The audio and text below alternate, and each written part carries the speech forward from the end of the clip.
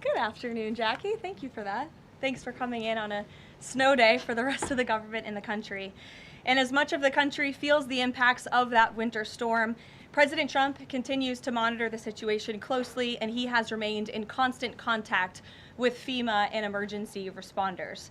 President Trump also quickly approved 12 federal emergency disaster declarations within 24 hours for the states of Arkansas, Georgia, Indiana, Kentucky, Louisiana, Maryland, Mississippi, North Carolina, South Carolina, Tennessee, Virginia, and West Virginia, enabling these states to access critical federal resources to supplement their response efforts if needed.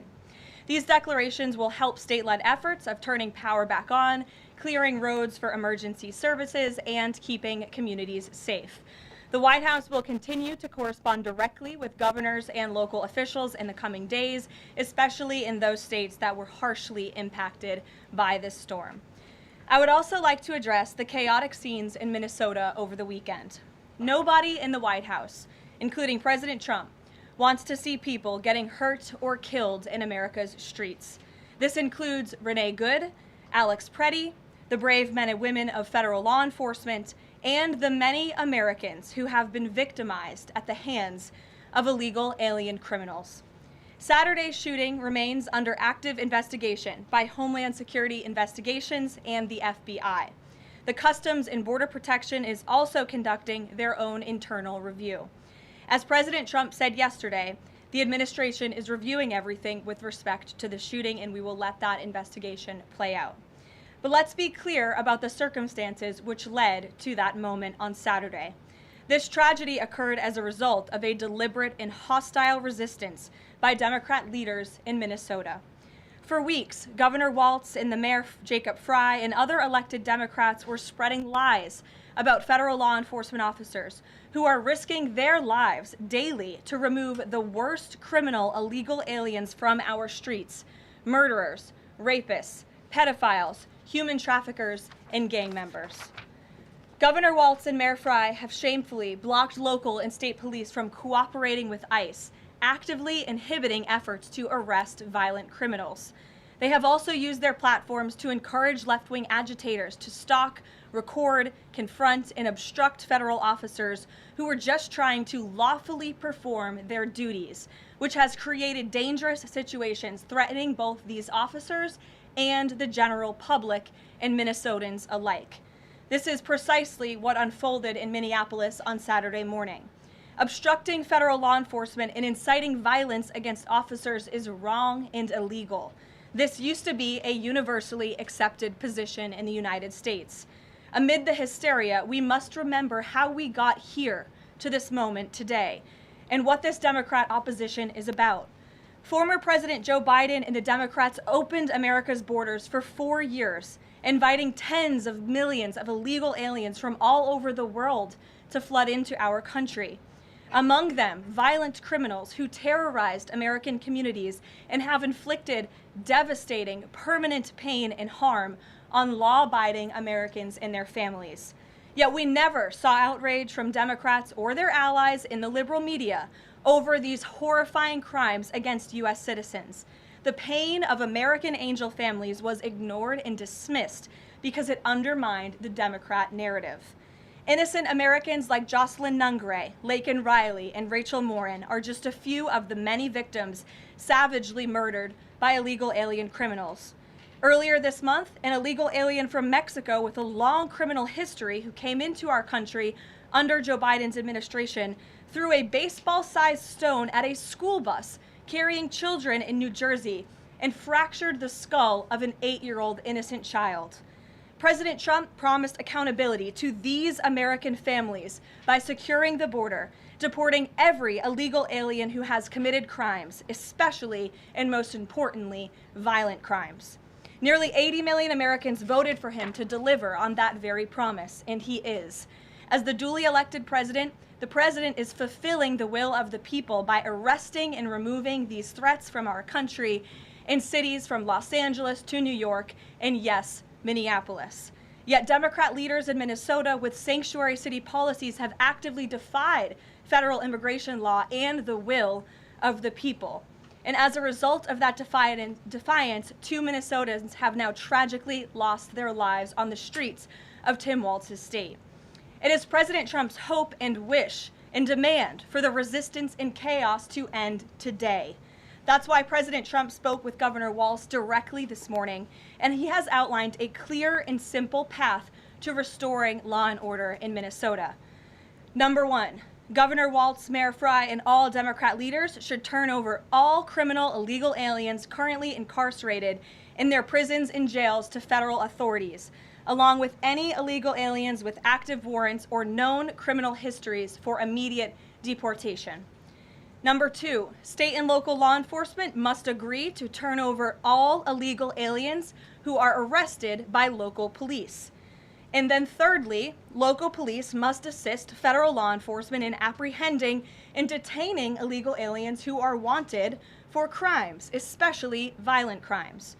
If Governor Walz and Mayor Frey implement these common sense cooperative measures that I will add have already been implemented in nearly every single other state across the country, Customs and Border Patrol will not be needed to support ICE on the ground in Minnesota. ICE and local law enforcement can peacefully work together, as they are effectively doing in so many other states and jurisdictions. Additionally, President Trump is calling on the United States Congress to immediately pass legislation ending sanctuary cities once and for all. American cities should be safe sanctuaries for law-abiding citizens only, not for dangerous illegal alien criminals who broke our nation's laws and do not belong here. We hope Governor Walz will do the right thing and continue to work with President Trump to keep the American people safe following their call this morning. Americans overwhelmingly want exactly what President Trump is delivering: strong borders and strict immigration enforcement against the worst illegal aliens, of which there are still hundreds of thousands to deport from the interior of our country.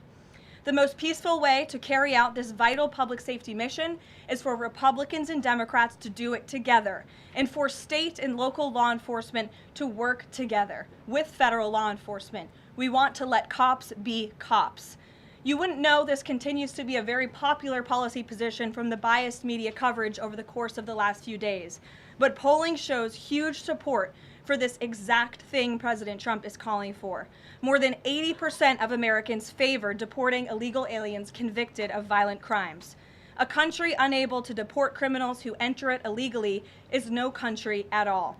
The open borders agenda of Kamala Harris, Tim Walz, and the Democrats was already on the ballot on November 5th, 2024, and it was resoundingly rejected. President Trump will never back down from his promise to deport violent criminal illegal aliens and make America safe again, and he welcomes all cooperation in that effort. With that, I will answer your questions. And Jordan Conradson, why don't you kick us off today? Thank you for being here. Thank you, Karoline. Jordan Conradson from Gateway Pundit. I have a few questions. First, with respect to the shooting in Minneapolis, we're seeing massive outrage from mainstream media and the left, but I'm just wondering, where was that outrage when Ashley Babbitt, an Air Force veteran, was executed by Capitol Police Officer Michael Byrd, who she posed no threat to in the U.S. Capitol? Well, you raise a very important point, which I also believed I just raised as well in those opening remarks, in that there has no doubt been selective outrage by the liberal biased media in picking and choosing victims and highlighting their stories. And as I've said, President Trump does not want any Americans to lose their lives in the streets of America and in American communities across the country. He believes what happened on Saturday is a tragedy, but every life is equal to President Trump, and that's why the lives of Laken Riley and Jocelyn Nungray continue to matter to him and be an utmost priority to him to this very day. And it's unfortunate that we did not see the same type of sensationalist media coverage over the tragic deaths of those innocent American women and girls across the country as we are in the wake of this tragedy that took place on Saturday. Gabe. Sure, go ahead, Jordan. I want to get your response to this. The Arizona Attorney General, just days before this shooting in Minneapolis, she seemingly encouraged rioters to go out and shoot and kill ICE agents. And I'll quote her here. She said, "If you reasonably believe your life's in danger and you're in the house or in your car or on your property, you can defend yourself with lethal force." And she said that you can't tell if ICE agents are law enforcement or imposters, and it becomes an issue of whether you reasonably believe they were law enforcement. Do you have a response to that, and does the White House believe that she should be held accountable for Well, these remarks? such dangerous rhetoric, as I pointed out, is exactly what has brought us to this position today, where you have elected Democrat officials across the country who are encouraging left-wing agitators and crazy people to go out and unlawfully obstruct lawful immigration enforcement. Again, these brave men and women of ICE and Border Patrol and the federal enforcement are just trying to do their jobs to enforce our nation's immigration laws and to go after the worst of the worst in this country. I would encourage everyone in this room, and I would encourage the Arizona Attorney General to look at the video of an ICE agent in Minneapolis. He was approached by left-wing agitators who were honking their horns and were screaming slurs at him, and he rolled down his window and he said, "What are you doing? I am out here trying to catch a child predator, somebody who has convicted crimes against an innocent child, and you are trying to obstruct me from doing my job." This rhetoric against ICE, comparing them to Nazi Gestapo, Donald Trump's police force, is despicable, it is shameful, and it is precisely what has led to the escalation of tensions in Minneapolis and in other places across the country. Gabe, go ahead. Be looking into her for justifying violence? I would defer you actively? to the Department of Justice on that. Thank you, Karoline. Regarding Minnesota, on Saturday, the Department of Homeland Security posted that Preddy looks like he wanted to do maximum damage and massacre law enforcement. Stephen Miller on Saturday posted that, or called Preddy a would-be assassin. Why did administration officials jump to conclusions before an investigation had even been conducted? Well, look, this has obviously been a very fluid and fast-moving situation throughout the weekend. As for President Trump, whom I speak for, he has said that he wants to let the investigation continue and let the facts lead in this case. With regards to the deployment of Tom Homan to Minneapolis, should the deployment of Mr. Homan to Minneapolis be seen as a sign that the president is dissatisfied with how the officials on the ground had handled the incident? No, Mr. Homan is doing an exceptional job, and he has been working with Secretary Noem and President Trump over the course of the last year. Secretary Noem still has the utmost confidence and trust of the President of the United States, and she's continuing to oversee the entire Department of Homeland Security and all of the immigration enforcement that's taking place across the whole entire country. Of course, Secretary Noem is also in charge of FEMA, and we are in the wake of a brutal winter storm where hundreds of thousands of Americans have been impacted by that. So Borders Are Homan is in a unique position to drop everything and go to Minnesota to continue having these productive conversations with state and local officials. And I know that he's catching a plane in just a few hours to do just that at the request of the president. Jennifer. On Saturday's shooting, has the president been briefed, and have you been briefed on specific details of the shooting? How many shots were fired? How many guns discharged? And I mean, did the protesters' gun go off, or only the officers' guns? Do you have any of those details? Again, the investigation is continuing, Jennifer, and we will let the facts lead and we will let the facts play out. In this investigation, I do know that HSI and FBI are conducting interviews with those that were involved and the agents who were involved in this unfortunate tragedy on Saturday. Are they keeping the president up to date on all those details? The president is obviously very much on the ball with respect to this investigation. I think he's made that quite clear with the various statements that you've seen him put out, and also the 4 points that the president has outlined as well to Governor Walz, and to encourage him to cooperate with ICE and with the administration. Mary. Thanks, Caroline. To follow on Gabe's question, Secretary Noem said Alex Preddy committed an act of domestic terrorism. Stephen Miller labeled Preddy a domestic terrorist. Does the president agree with them? Look, as I've said, I have not heard the president characterize Mr. Preddy in that way. However, I have heard the president say he wants to let the facts in the investigation lead itself. Was he alarmed to hear his top officials referring to him in that way, rushing to that judgment? Danny, go ahead. Thanks, Caroline. On Stephen Miller's comments, will Stephen Miller be apologising to the family of Alex Preddy for calling him, quotes, an assassin who tried to murder federal agents, despite the fact that, as you say, this is still under investigation? Look, again, this incident remains under investigation, and nobody here at the White House, including the President of the United States, wants to see Americans hurt or killed and losing their lives in American streets. And we mourn for the parents. As a mother myself, of course, I cannot imagine the loss of life, especially losing one's child.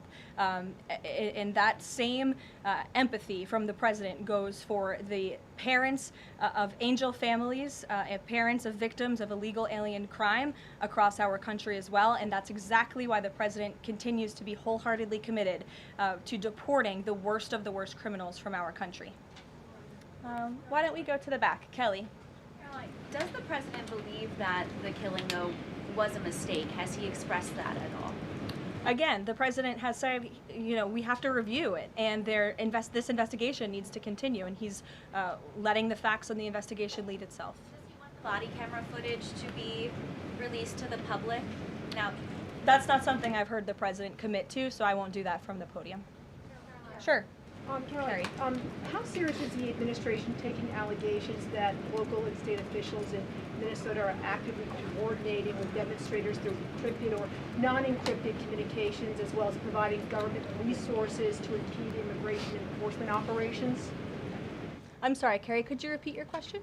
How serious is the administration taking allegations that local and state Minnesota officials are communicating with demonstrators to basically impede immigration officials? Well, we've definitely seen active organization amongst these left-wing groups, Carrie, and it is something that I know the FBI and the Department of Justice are looking into. Again, it is illegal to unlawfully obstruct lawful immigration enforcement in this country, and these agitators are making it nearly impossible for ICE to do their jobs and for federal law enforcement to carry out the will of the American people to deport the worst of the worst. I would just encourage everyone to please imagine in this room, all of you come to the White House every day to report on the President of the United States and the administration. You come into this briefing room, you walk through the gates of the White House. Just imagine if there were left-wing agitators or agitators of any kind who were in your face, who were doxing you, who were harassing you, who were physically threatening you, who were biting off your fingers in the case of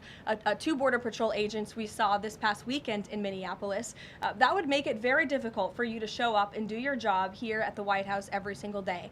That's what these officers in Minneapolis are facing. That's why the president is calling on Governor Walz and Mayor Frey for these three very simple and common sense points of cooperation so that ICE and local law enforcement can work together. Again, we are just asking for police to be police. And if you ask any law enforcement agent or official, they want to be able to work with their federal counterparts at the state and local level and vice versa.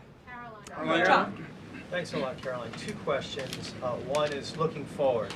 The role of Mr. Homan, is he being sent by the president to diffuse the situation that exists right now on the ground? Is he the point person essentially for the White House in terms of trying to tamp down the tensions that exist right now in Minnesota? Well, Mr. Homan is the point person for cooperating with state and local authorities and corresponding with them, again, to achieve this level of cooperation to subdue the chaos on the streets of Minneapolis. And I would just point out that Mr. Homan is someone who has been lauded for many, many decades for his experience working in law enforcement. In fact, this is a Washington Post headline from 9 years ago, 2016. Meet the man the White House has honored for deporting illegal immigrants. And I would remind everyone in this room that it was former President Barack Hussein Obama who awarded a medal to Mr. Homan. So he's obviously very qualified. He has the full trust and faith of the president. He will continue to have these meetings in the hopes that ICE and local law enforcement can cooperate and work together to have successful immigration enforcement, as we've seen in almost every other state across the country. And secondly, Caroline, can you talk a little bit about tomorrow's trip by the president to Iowa, what the purpose of that trip is, what the goals of that trip are? Sure, yes. Tomorrow, President Trump will be traveling to Des Moines, Iowa. He will be making a local visit at a local business, and then he will be giving a speech on affordability and on the economy. And I know he very much looks forward to being there, to meeting with the great people of Iowa, but also lawmakers as well. Jake. Caroline, a couple quick questions. First, does the president remain fully confident in Kristi Noem's ability to lead the DHS? Yes. And then just secondly, just on that Wall Street Journal reporting that we saw yesterday, the president said at some point that the immigration enforcement officers would leave Minneapolis. Did the Saturday killing of Alex Preddy expedite that withdrawal at all? To your first question, the answer is yes. He still has confidence and trust in Secretary Noem. To the second question, I would point you back to what I said earlier. If Governor Walz and Mayor Fry implement these common sense cooperative measures, CBP will no longer be needed to support ICE on the ground in Minnesota. ICE and local law enforcement will peacefully work together, as they are effectively doing in so many other states and jurisdictions, to remove violent criminals from American neighborhoods across the country. Did Walz ask the president to remove the immigration enforcement officers? He asked the president to scale down, and the president reiterated what the president put out in his statement yesterday and what I'm sharing with all of you as well. I would just add on this level of cooperation a few statistics that I think are very important. 7 of the top 10 safest cities in the United States cooperate with ICE. And we've seen historic turnaround in safety in cities that have chosen to cooperate with ICE, that are not just led by Republicans, but also look right here in Washington, D.C. We had a great level of cooperation with Mayor Bowser and the local government, and we have been able to remove thousands of illegal aliens from the District of Columbia, where you all live, so you can thank President Trump for that. The murder rate in Washington, D.C. has plummeted as a result. There were no riots, there were no protests, nobody was tragically killed as a result of that level of cooperation between federal and local authorities. And again, that's all the president is asking for in Minnesota. It's totally common sense. Jared, go ahead. Thank you. Karoline, in this process, you continue to describe the situation in Minneapolis as chaos. Was there any mistake made by Secretary Noem that led the president to send Mr. Homan there? I'm sorry, I don't understand your question. Did Secretary Noem make a mistake which led to... If she made any mistake that could lead the president to send Mr. Homan to Minneapolis? No, as I already mentioned, Mr. Homan has been working alongside Secretary Noem and for the president over the course of the last year. And again, he's uniquely positioned to hop on a flight to Minnesota today to continue this correspondence with state and local authorities, and that's what he's going to be doing. Fran. Karoline, is it the White House's position that Americans have the right to show up to these ICE operations and film, document, or protest the law enforcement actions? All Americans have a First Amendment constitutional right, of course, but Americans do not have a constitutional right to impede and obstruct lawful immigration enforcement operations. That is actually a crime, and it's something that we've seen taking place in the streets of Minneapolis, which again is leading to these dangerous circumstances that these federal law enforcement officers have been forced to work within. With respect to the call with Governor Walz this morning, the president described it as respectful. He said we seem to be on a similar wavelength, but you had strong criticism for the governor and the Minneapolis mayor, Jacob Frey, just now. So could you explain the difference in tone between what the president had said in his True Social post and I think some of the criticisms that you just levied from the podium? Fran, I think the criticisms that I laid out, I'm painting the picture for all of you in this room, are what led to the moment that we are in today, where Governor Walz and President Trump are having a conversation, a constructive and productive conversation to end the chaos and the lawlessness that has taken place in Governor Walz's state. Elena. Thank you. I had a question. With Homan now going to Minnesota, is Gregory Bovino also going to remain in Minnesota overseeing these ICE operations? Mr. Bovino is a wonderful man, and he's a great professional. He is going to very much continue to lead Customs and Border Patrol throughout and across the country. Mr. Homan will be the main point of contact on the ground in Minneapolis. And to follow up, given what we've heard from several Trump administration officials, people like Stephen Miller, as people point out, calling him a domestic terrorist, Bovino saying that Freddie was out to massacre law enforcement, why not require ICE agents to wear body cameras to clear up some of the disputes that we are hearing from witnesses and video footage versus what the administration has been saying? Well, that's a policy question that I know the policy folks in the building are having with members on Capitol Hill, and I'll leave it to them and the president to make that decision. And I just, my final question is on, you were talking about the level of cooperation that the president talked about with Governor Walz. Will the administration commit to cooperating with local officials on this investigation into Alex Freddie? The president spoke about this with Governor Walz and said he would have a discussion about it. He did not make a commitment, and so therefore I won't make that commitment here. I would just remind all of you in the media, because I've seen a lack of reporting on this fact, There are investigations into what took place on Saturday. The Homeland Security investigations and the FBI have teamed up for an investigation, and there's also an internal CBP investigation, an internal review of what is happening on the ground in Minnesota. The president supports those investigations, and as I've said repeatedly, he wants to see them move forward. Phil. FBI Director Kash Patel said in a Sunday interview, quote, "You cannot bring a firearm loaded with multiple magazines to any sort of protest." Does the president believe the Second Amendment rights remain in effect even when protesting? The president supports the Second Amendment rights of law-abiding American citizens. Absolutely. There has been no greater supporter or defender of the right to bear arms than President Donald J. Trump. So while Americans have a constitutional right to bear arms, Americans do not have a constitutional right to impede lawful immigration enforcement operations. And any gun owner knows that when you are carrying a weapon, when you are bearing arms, and you are confronted by law enforcement, you are raising the assumption of risk and the risk of force being used against you. And again, that's unfortunately what took place on Saturday. Will his mission continue to be focusing on illegal immigrants with a criminal history, or will it be on illegal immigration generally? Mr. Homan will continue to enforce our nation's immigration laws, especially deporting the worst of the worst criminals in Minnesota who have committed violent offenses. And I would just remind all of you that this important work is continuing to be carried out. In just the last few days, I'm happy to provide this packet to anyone in the room. ICE has arrested multiple violent criminals, illegal aliens within Minnesota. Many of them have convictions for assault, driving under the influence, fraud.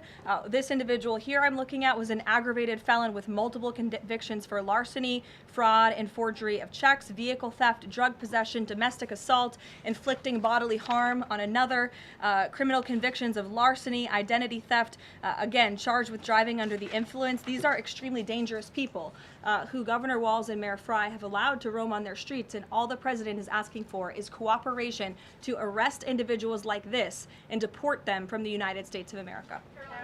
I'll take a couple more. Go ahead. Okay, so this weekend the president posted that this is a cover-up of the fraud in the state of Minnesota. He also posted Minnesota is a cover-up. These both happened after the shooting. So given that these came after the shooting, what is the this here? What is the cover-up he's alleging? Yes, it's a good question. I spoke with the president about this at length. What the president is referring to is the fact that you have Governor Walz and, again, the mayor, who have been encouraging these left-wing agitators to come out and to harass and to dox and to threaten ICE and to make this conversation about and smear lies about federal law enforcement who, again, are just trying to do their jobs in an attempt to distract from the widespread, massive fraud that has taken place in their state. Billions and billions of dollars has been stolen from law-abiding taxpayers in Minnesota, and the administration continues to be very focused on getting to the bottom of it, and especially, and the president raised a good question over the weekend, with respect to Congresswoman Ilhan Omar, who now has a net worth within the millions, and one must ask themselves, why and how is that possible? Is she connected to the fraud rings that we have seen taking place within her state and her own district? It's a question the American people are raising, and the president believes it's one worth answering. Haley. Thanks, Caroline. I want to go back to some of the comments from Stephen Miller and Secretary Noem. You've made clear the president wants to see the investigation play out. When answering some of the questions on the specific details, is he concerned that some of those definitive statements made by other officials risks public perception of the credibility of those investigations now playing out? Again, the president believes that these investigations are credible, they are continuing, they are active, and he wants to let them play out. Alex. Caroline, thank you. Is the administration willing to separate DHS funding from other funding bills in order to avoid a broader shutdown? Look, at this point, the White House supports the bipartisan work that was done to advance the bipartisan appropriations package, and we want to see that passed. Policy discussions on immigration in Minnesota are happening. Look, the president is leading those discussions as evidenced by his correspondence with Governor Walz this morning, but that should not be at the expense of government funding for the American people, which would include, as you know, Alex, FEMA funding, and we are in the midst of the storm that took place over the weekend, and many Americans are still being impacted by that. So So we absolutely do not want to see that funding lapse, and we want the Senate to move forward with passing the bipartisan appropriations package that was negotiated on a bipartisan basis. And secondly, there's another round of Russia-Ukraine talks this weekend, Sunday. I wonder if you can walk us through what the president, how he'll be involved in that, if at all. We'll be talking to President Putin, President Zelensky ahead of those meetings. I'm not tracking any scheduled calls at this point in time. However, the president remains deeply involved, and of course he's being apprised by his advisors, namely Jared Kushner and Special Envoy Witkoff, on these talks. They had a multilateral meeting this past weekend, which didn't get a ton of coverage, but that was historic in nature, where the president's team has really brought two sides of this war to the table together to move the ball closer towards peace. So the president is not giving up on the peace process. He obviously just met with President Zelensky when we were in Davos, Switzerland, but I'm not tracking any calls scheduled for this week. On one more foreign policy point, I will point out, as you all saw, the last remaining body of the hostages, Israeli hostages in Gaza, has been returned. This is a huge foreign policy feat for the President of the United States, for the State of Israel, and frankly for the whole world. The President made the impossible possible, and so it's great news for the President, for the United States, for our allies, and also for peace in the Middle East. And I understand that more than 20 new additional countries have also signed up to join the newly established Board of Peace with respect to the rebuilding of Gaza, which is another historic accomplishment for this president. So thank you all very much, and we'll see you in Iowa tomorrow. Did the president talk to us? Karoline.